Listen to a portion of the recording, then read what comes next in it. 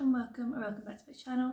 My name is Sarah and today I wanted to film the best books that I read in 2023 video.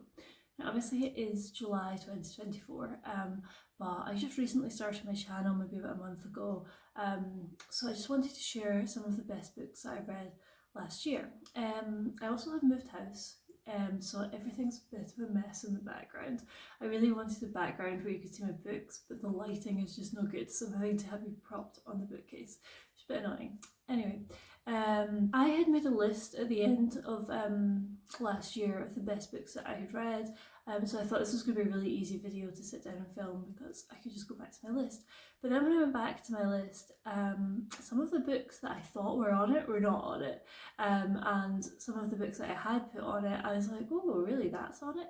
So with sort of 6 months of hindsight, I've done a little reshuffle as to what I think is probably correct. I read about 95 books last year, and honestly, like, the top 10 could have easily been a top 20. Even now, I'm not like 100% set on this list. Like, I love all of the books on it, but there were also loads of other ones I could have included. So if you'd like to see an honourable mentions video, let me know and I can definitely do that, because yeah, there are loads of other great books I read in 2023.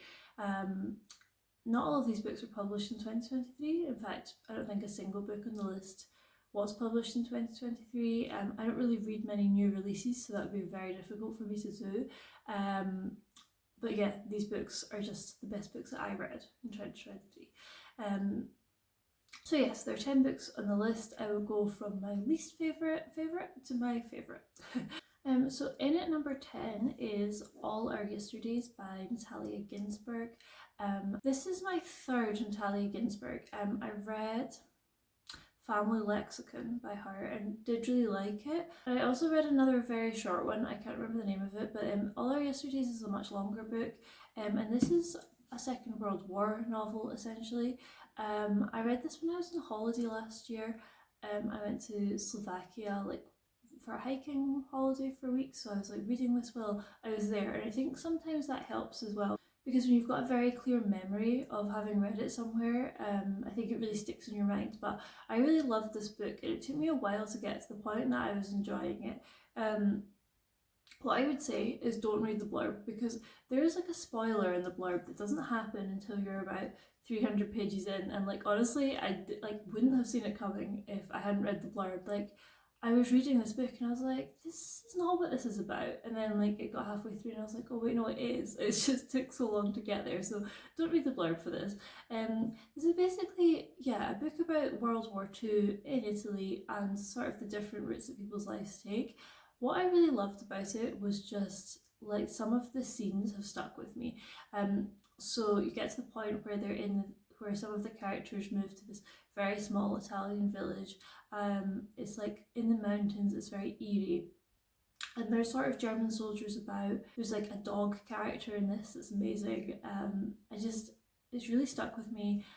It was like a really sort of, I don't want to say quirky, because it was very poignant, very sad at points, but yeah, it was one of those books that has loads of great characters. I think this is one of Natalia Ginzburg's earlier books. A lot of her books are very short, but yeah, so far this one has been my favourite by far. So if you've also read this and loved it, please do let me know what I should go to next, because I did like Family Lexicon.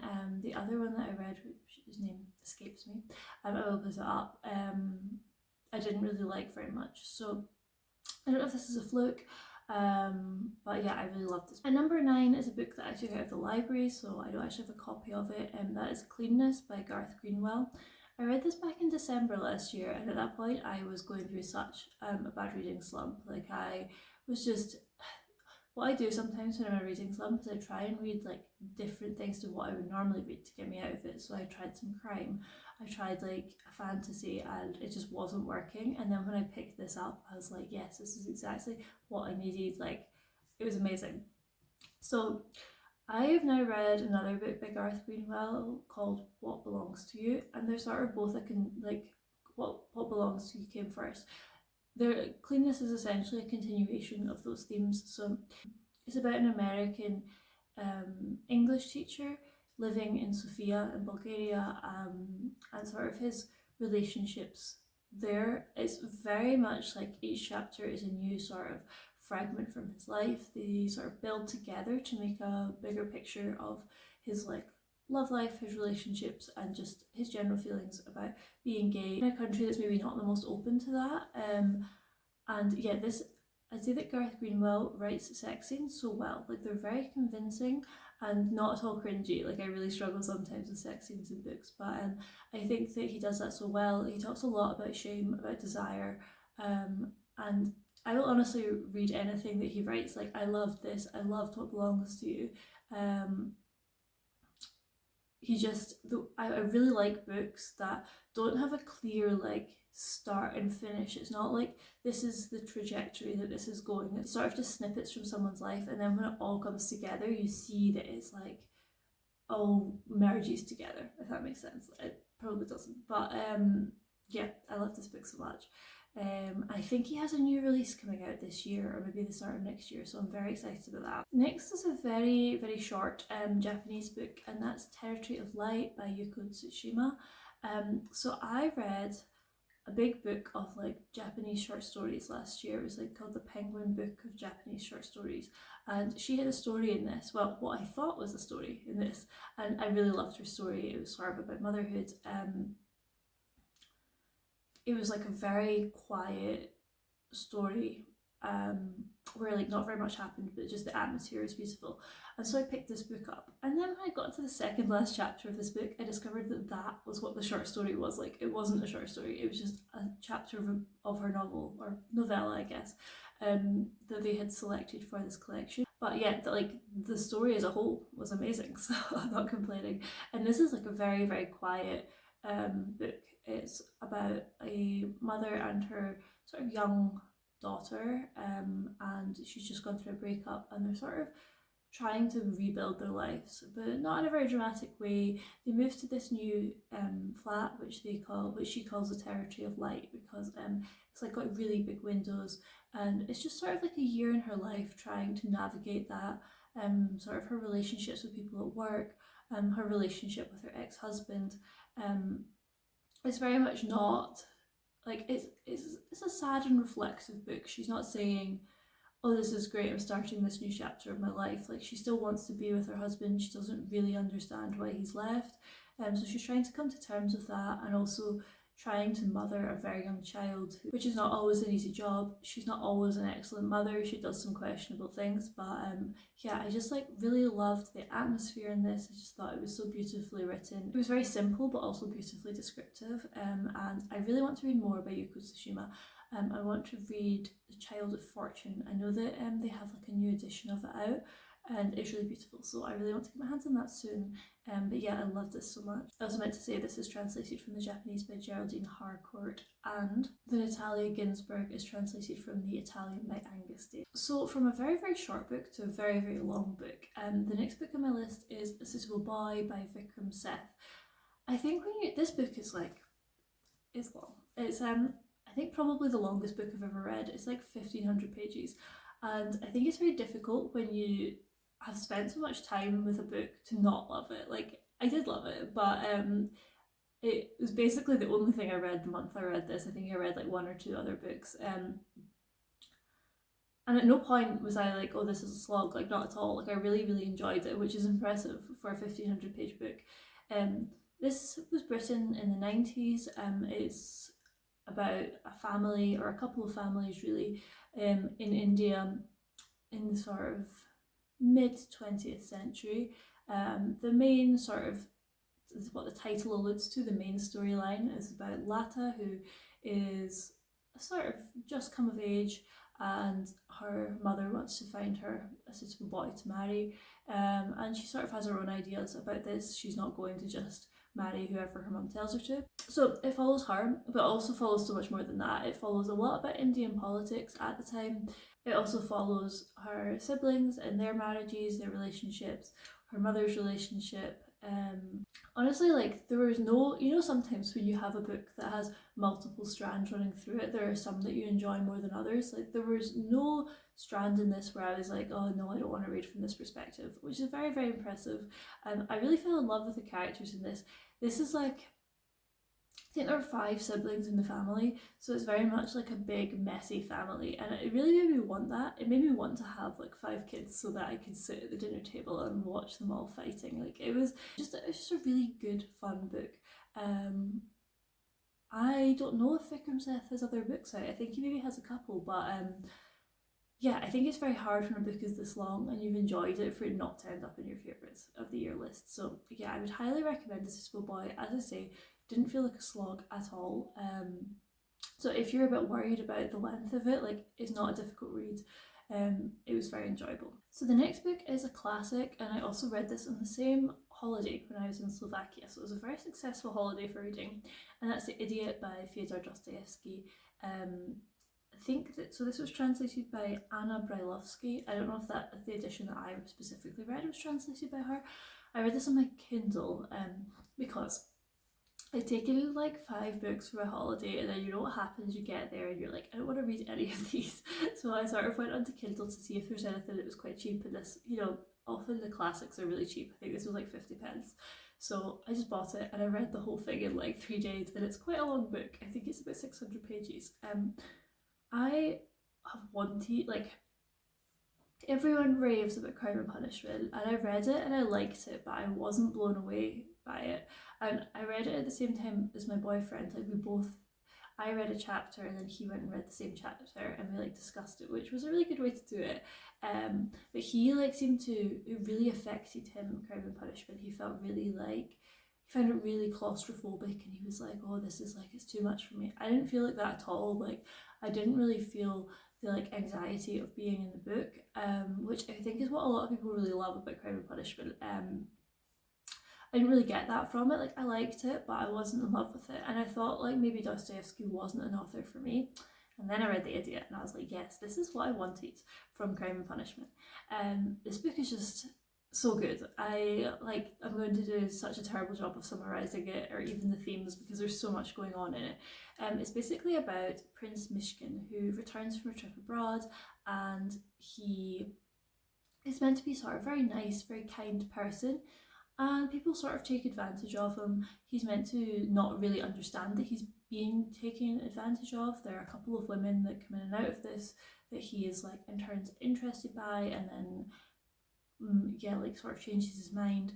He suffers from what I guess now would be epilepsy. He has a lot of sort of fits, and that's like a big like those are the key turning points in the book when he has a fit. But I like had no idea where this was going. There are so many characters, there's so many like quirky characters, and yeah, I just fell in love with this. So I was like not expecting it at all. I have the Brothers Karamazov on my TBR, so I will definitely be getting to that this year, maybe even this month actually. So I'm like really hoping that Dostoevsky is an author for me and this has not just been a fluke. But yeah, this was an amazing book. Another book that I don't own because I took it out of the library, but I really loved, is Chilean Poet by Alejandro Zambra. This is translated from the Spanish by McDowell. I again was not expecting to like this, because I had read Ways of Going Home by him maybe a couple of years ago, and I'd heard really good things about it, and like honestly could not tell you a single thing that happens in that book. Like I have no idea what it was about. It was very short and it was just very, very forgettable. So again, I kind of thought Alejandro Zambra is just maybe not an author for me. I'd also I'd heard people reading Multiple Choice by him, which sounded a bit gimmicky. It's sort of, I think, a book that's like a questionnaire. So I was just, sometimes those things don't really work for me. But my library had a copy of Chilean Poet, and I was like, okay, I'm going to give this one a go, and this is the decider. And I love this book so much, so it's not really decided for me, because there's one book that I really didn't like, there's one book that I did like, so I'm going to have to try another to decide if he's an author for me or not. This is sort of a book, it's like a love story, but it's a very loose love story. It's about Gonzalo, who's sort of like a poet, but maybe not a very successful poet, and he bumps into his sort of childhood sweetheart Carla, and you know, years have passed. She now has a child with another man. They're separated, and Gonzalo decides that he wants to go back together with her, and it's about their relationship, but more so than that, it's about his relationship with Carla's son, who also has an interest in poetry, so it's very much like a love letter to poetry, but it's also just sort of about found family in just such a beautiful way. I find it really hard to explain what I really loved about this book, but it was just very sweet in a way that wasn't too sentimental, because I really don't get on with sentimental books. But this was like, they had this cat, and the cat needed its teeth replaced, so there was a lot of chat about like the cat's tooth operation, and it just went into so much detail, and I was just really enjoyed this. So yeah, I'm very keen to try another one of his books, but I'm a bit nervous because I don't really know what to go for next. I know that The Private Life of Trees is quite a recent release, so I'll maybe give that one a go. If anyone's read any of his books, please do let me know what you liked, especially if you also like Chilean Poet. Next is a book that I read after I went to Auschwitz last year, and after I got home, I was sort of looking up books that were about Auschwitz, because I feel like when you visit somewhere, it really gives you a sense of perspective as to what happened. Like, honestly, obviously, I knew a lot about the Holocaust, but I think just like going and seeing it, I was like, oh wow, this is actually like, I don't know, this is not very profound, but when you go and see somewhere, you feel like it means more to you. So I wanted to pick up a book that sort of described that experience in like from someone that had been there. Like, not like, I know there are a lot of books set in concentration camps, like The Boys with Striped Pajamas. They're not really my sort of thing. They're quite like sensationalist. I wanted more like a story of what actually happened there. So I picked up If This Is a Man by Primo Levi.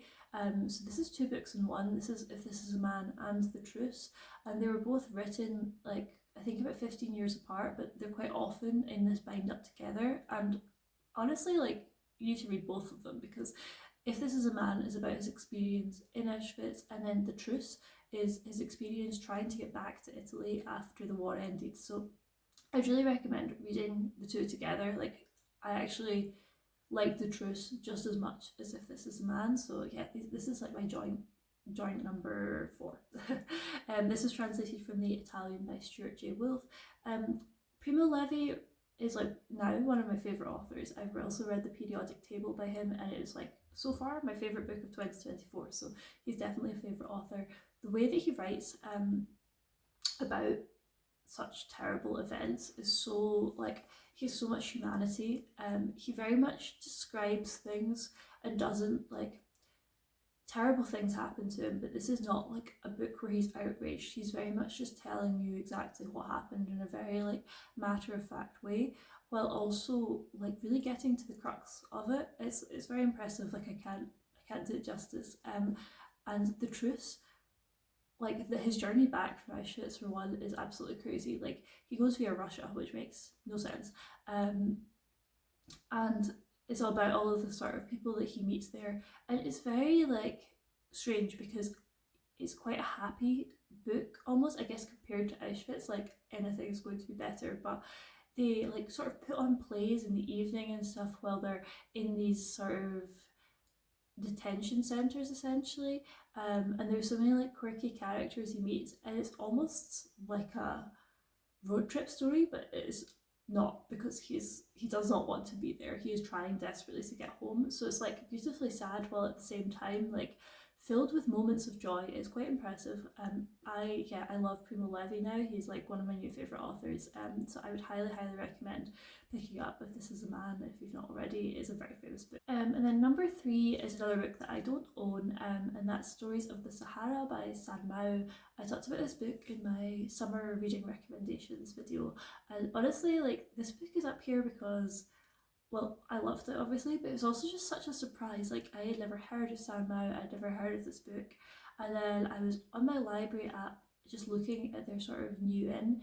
My library is very it's very small. I live in the Scottish Highlands. The Highland Library covers like such a large area geographically, however population wise very small, and especially is like the demographic is quite different. So and there are a lot of older people that live in the Highlands. It's very much like a place that you go when you retire, so there are a lot of books, and it's also very touristy, so there are a lot of books about Scotland and also sort of like cozy crime, romancy type stuff, which is just not what I read. So I go through like every month and see what new stuff they've added because I don't want to miss anything. And they had added Stories of the Sahara, and just the cover I was like, what's this about? So I instantly reserved it, and when I took it out I was like, this is amazing. Like, why has my library bought this book in? Like, they don't have some of the most famous books. Like, I was looking for Giovanni's Room by James Baldwin. They don't have it. Like, why do they have this and they don't have that? But anyway, I'm so happy they did have it because I absolutely love this. This is sort of a collection of essays by Sanmao. She was a Chinese writer, and she moved to Spain first, where she met her husband, and then they moved together to the Spanish Sahara, and that move seemed to have really been prompted by her. She wanted to go and live in the desert for a year, and he was like, okay, I'll come with you, and he managed to sort of get a government job. They build their little desert house, and it's sort of about her interactions with the Saharan locals, and also just about her trying to find freedom in the Sahara. So she learns to drive. There's a huge bit about this. It's like learning to drive in the Sahara, and her passing her driving test. There's a whole section about her like interior design of her little like desert house. There's lots of stuff about sort of local superstitions and how she sort of starts to believe them because she has reason to believe them by this point. And yeah, this is just like nothing I've ever read. I think like reading a sort of the perspective of a Chinese person in Saharan Africa but in a Spanish colony is like, you don't really read that very often. It was very interesting because she's an outsider to the locals, as are all the Spanish people, but she doesn't fit in with the Spanish people either. She's sort of isolated in a way, but it gives her a lot of freedom because she doesn't have to try and fit in with any group. She can kind of do whatever she wants, and people are very accepting of her in the end. Like, she has a lot of very positive things to say about the Sahara. If you like travel writing, I would really recommend this one. Number 2 is another library book that I found in the same way, and that's The Silent Cry by Kenzaburo Oe. I don't know if that's how you say his name at all. This was translated,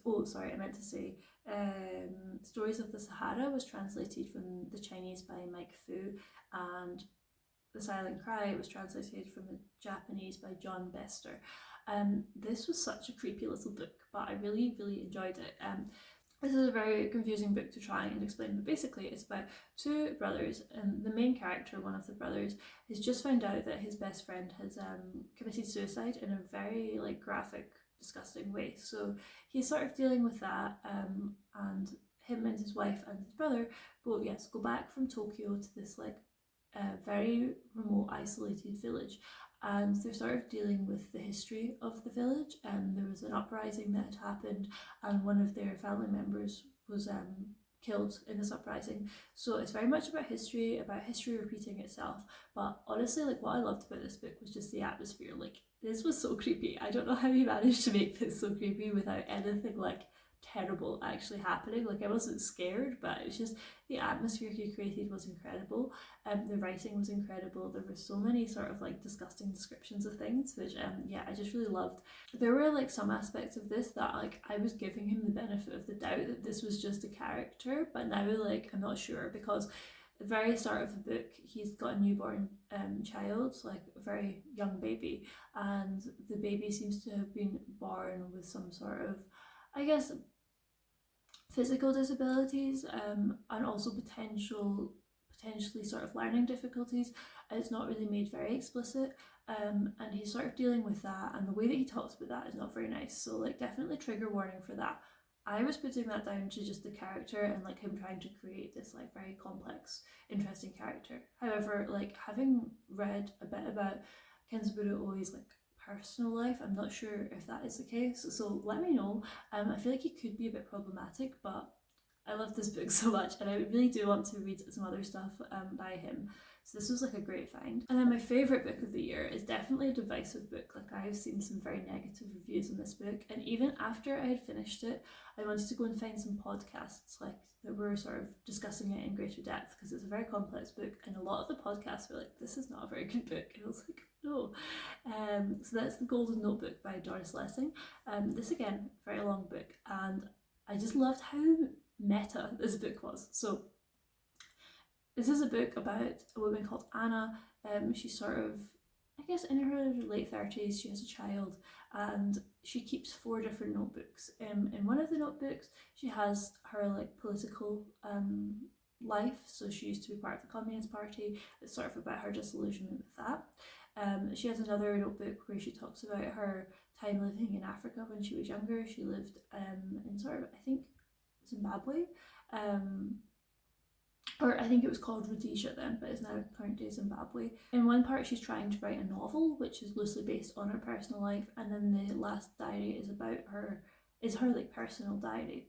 And then she also has this golden notebook where she's trying to tie all of these threads together to make like one cohesive thing. And in amongst this, like, you get a section that I guess you assume is like what's actually happening.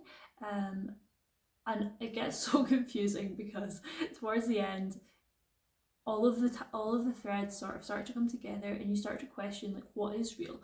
And I guess because this is a novel, it's like it's a novel where she's writing multiple fictional versions of a character, and you're meant to be trying to figure out, I guess, what's really going on. But then at the end of the day, it's like it doesn't really matter because none of it is real.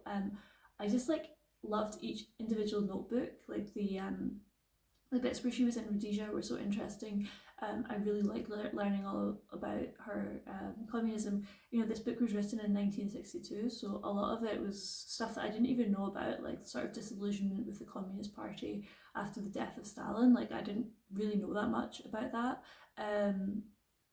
There's like a part where it's sort of meant to be her real life, where her friend's son is a very big character in it, and he's really interesting. Like there were so many threads that I was just like fascinated, and also like was trying to figure out what was going on.